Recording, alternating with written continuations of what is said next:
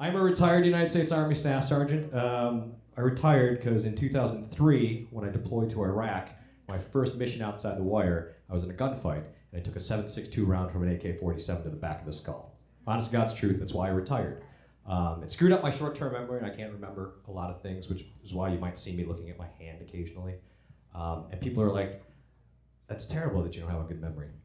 And it's not, because I live with a woman, and it could be the best fucking thing that's ever happened in my life. Because I have a built-in excuse to forget everything. And she can't get mad at me, because that would be unpatriotic. I was on tour one time, I called. I was like, hey, I made it safely. She's like, why didn't you fill the ice cube tray? I'm like, because I forgot. She's like, why? Because I got shot in the goddamn head. Fighting for your freedom, so which one do you want, ice or freedom? You only get one. You can't have both, that is selfish. Kids in Afghanistan that would love ice. Probably freedom too, but freedom, ice is a lot easier. I got a Purple Heart for it. You guys don't cheer for that. It's the worst fucking ribbon you could get. That just means the other guy almost killed you. That's all that means. But the thing about the Purple Heart is, in the state of New York and in the state of California, when you have a Purple Heart, they give you a free license plate. Did you know that? That's one of the few advantages to being shot in the head in combat. Let me tell you a funny story about the first time I got my license plates. I was in New York, my hometown, Buffalo, New York, and I got my Purple Heart license plates. This was 2004, right after I got back from Iraq.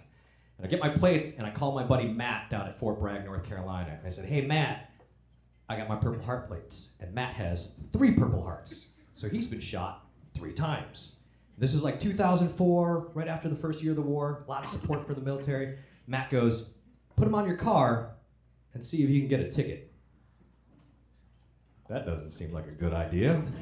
So he goes, no, see if you can get a ticket. So I put my plates on my car, and I drive it to Buffalo Police Headquarters, and I park in a handicap spot in front of Buffalo Police Headquarters, and then I walk to a bar and get shit-faced drunk at 11:30 in the morning. And then I walk back to my car, and I gotta take a piss, so I start peeing next to my car, and this cop comes out, I was like, is this your car? I'm like, yes sir it is. He goes, where are you going? I'm like, to a bar? He goes, I didn't ask you where you're coming from. It's not the answer I gave you. He goes, is this your car? I'm like, yes, sir. Just come back from Iraq? I'm like, yes, sir. He goes, you wait right here. So he gets his partner. His partner comes out, they put me in a squad car. The partner gets in my truck, and they drive my truck to my house, and then walk me into a bar. And they buy me lunch and a beer at 11:30 in the morning. And the cop goes, airborne sergeant, and fucking leaves. So I call Matt, I'm like, yo, you are not gonna believe what the fuck just happened. So I tell him, and he goes, I meant roll through a stop sign, you idiot, not gonna fucking DUI.